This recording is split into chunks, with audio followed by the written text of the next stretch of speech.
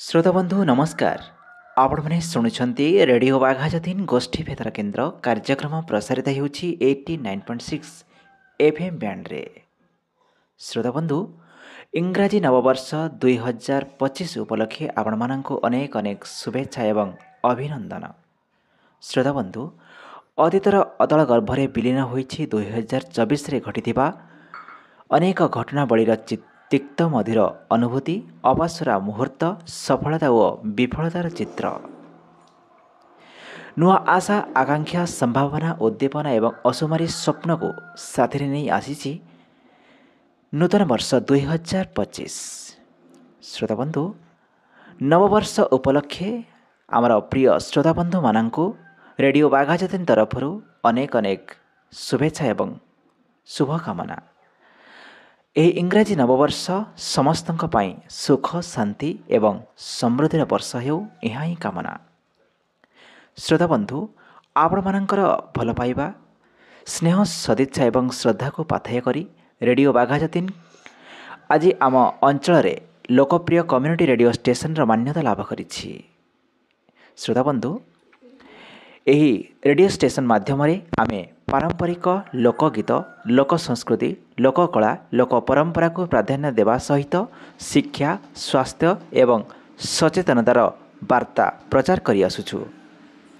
Radio बाघाजतीन माध्यम आपण माने पाला, दासकटिया, खंचणी, संकीर्तन, भागवत पाठ, कार्तिक महात्म्य एमिति अनेक किछि आपण शुणी थांती। आमर विशेष कार्यक्रम नमस्या नारी कार्यक्रम माध्यम अनेक महिला मानकर अकुहा कथा एवं तांका जीवनर कथा मध्य आपण माने शुणी पारुछंती।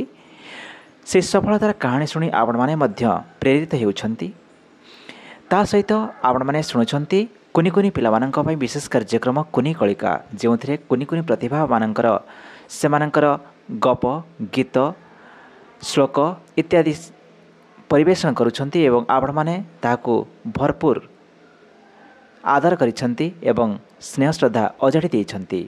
ता सहित आमे रोड सेफ्टी बा सड़क सुरक्षा उपरे विशेष कार्यक्रम मध्य आमे प्रसारित करुछु, जहा माध्यम रे आपण माने सचेतन होई सड़कर सुरक्षा नियम आपण पालन करुछंती।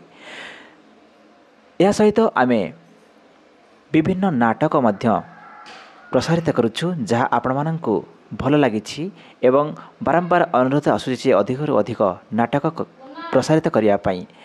ता सहित आपण माने जानिथिबे जे बात्या, बन्या ए विपत्ति समय रे आपण माने मध्य सतर्कता अवलंबन करिवे किपरि से बाबद मध्य आमे सचेतनता वार्ता प्रसार करुछु।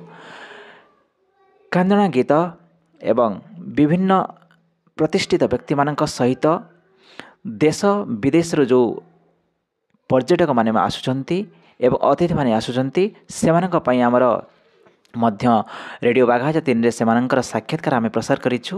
ता सहित आज अतिथि कार्यक्रम रे आमे अनेक विशिष्ट सफलता साउंडिथिबा व्यक्ति विशेष मानक सहित मध्य साक्षात्कार प्रचार करिछु।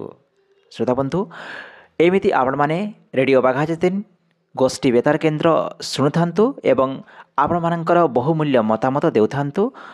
आमे आपण मानकठारु बहु अनुरोध पाइछु जे किछि श्रोता मानकर चिठी मध्य कार्यक्रम करिवा पई आपण मानकर सही अनुरोध क्रमे आमे एई नुआ वर्ष रे प्रतिश्रुति देउछु जे आरंभ करिया पई जाउछु आपण मानकर बहु प्रतीक्षित कार्यक्रम श्रोतांक चिठी एवं अनुरोधर गीत एमिति अनेक किछि।